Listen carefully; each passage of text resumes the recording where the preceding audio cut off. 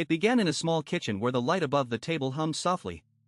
A father was trying to keep an ordinary day from falling apart. People often imagine courage as something loud. In real life, courage is sometimes just not collapsing when everyone expects you to. The problem did not arrive as a disaster. It arrived as a pause at the table, a letter folded twice, a door closed too softly, a look that stayed on someone's face 1 second too long. In families, the deepest trouble often enters quietly because everyone is trying to protect everyone else. For a while, he tried to behave as if nothing had changed. There were meals to prepare, school bags to pack, bills to hide, old promises to repeat, and younger people in the house who still needed the world to look safe. But pretending is heavy work. Every small kindness began to cost more than it had the day before. Then came the moment when the truth could no longer stay behind the curtain. No one made a speech. No one had the perfect words.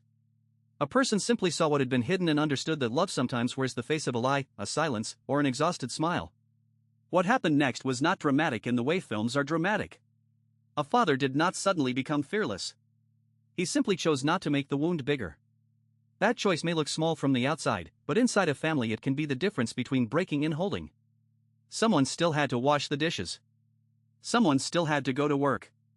Someone still had to answer a child's question without letting the voice shake. This is how ordinary people carry extraordinary burdens, not with grand gestures, but by doing the next necessary thing.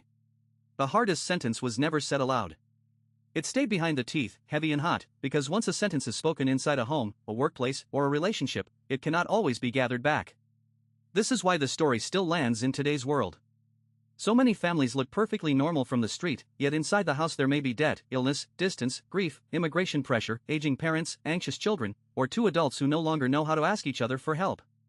Modern life trains people to explain everything quickly, to judge quickly, to post quickly. But a family is not a comments section. A family is where people often hurt each other precisely because they are tired, scared, and too close to hide. The story asks for a slower kind of judgment.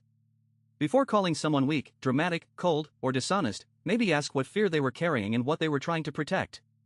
This is why the story does not feel old, even if the setting may belong to another time. The costumes change, the technology changes, the cities change, but the human problem remains recognizable. People still want to be understood before they are judged. They still want a second chance without being reduced to their worst mistake. They still want love that does not turn every weakness into evidence against them. And perhaps the most important lesson is this: compassion is not the refusal to see the truth. Compassion is seeing the truth clearly and still refusing to destroy a person with it. The story stays with us because it does not flatter human beings, but it still believes we can be better than our worst hour.